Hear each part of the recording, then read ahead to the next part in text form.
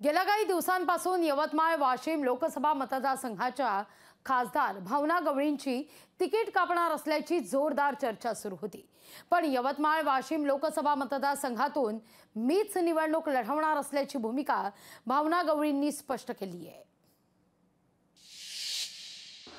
शिंदे साहेबांच्या सेनेनी हा जो टायमिंग सेट केलेला आहे यावरून हे सिद्ध होते की या वेळेला बीजेपी आणि शिंदे सेना भावनाताईवर नाराज आहे। कदाचित त्यांना तिकीट मिळणार नाही।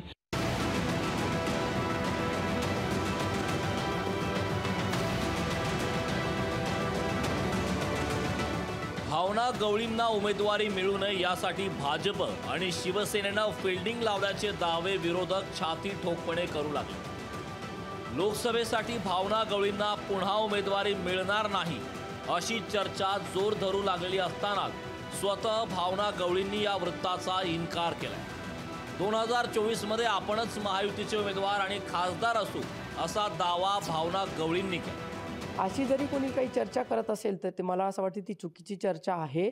अशी चर्चा काही आमच्या याच्यातली काही लोक असतील तर त्यांनी ती करू नाही असं पण या निमित्ताने मी सांगू इच्छिते। आणि हा निर्णय जो घ्यायचा आहे माझा विश्वास आहे आदरणीय एकनाथजी शिंदे साहेबांवर, आदरणीय देवेंद्रजी फडणवीस साहेबांवर, त्यांच्या नेतृत्वामध्ये आम्ही काम करणार आहोत आणि त्याच्यामुळे माझा विश्वास त्यांच्यावर, ते जो आदेश देतील त्या आदेशाने मी काम करेन। आयकरचं जे प्रकरण आहे त्या प्रकरणात आरोपी नसून फिर्यादी असल्याचा दावा भावना गवळींनी केला। वरिष्ठ पातळीवर उमेदवारीला विरोध नसताना यवतमाळमध्ये ही चर्चा कोण घडून आणतंय असा सवालही त्यांनी उपस्थित केला। ज्या याच्यामध्ये मी FIR स्वतः केला होता त्याच्या अनुषंगाने या ठिकाणी बाकीची चौकशी त्या आरोपींची सुरू झालेली आहे।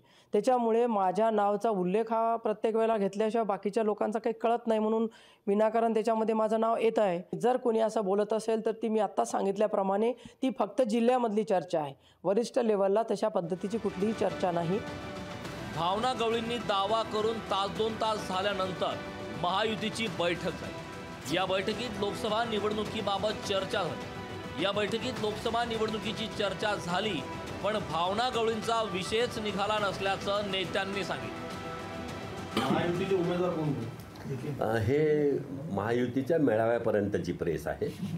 नंतरची जेव्हा कधी प्रेस होईल ती दिल्लीवरून होईल, ती तुम्हालाही नाही कळणार, ती असलेली जाईल पण मी इकडे। भावना गवळी काहीही दावे करून भावना गवळींविरोधात वारं वाहू लागलंय हे मात्र निश्चित। आता भावना गवळी आपली उमेदवारी टिकवण्यासाठी त्यांचं कसब हे पणाला लावतील हे निश्चित। वाशिमहून गोपाळ व्याससह संजय राठोड, लोकशाही मराठी, यवतमाळ। लोकशाही मराठी, ऐका, पहा, जागरूक रहा।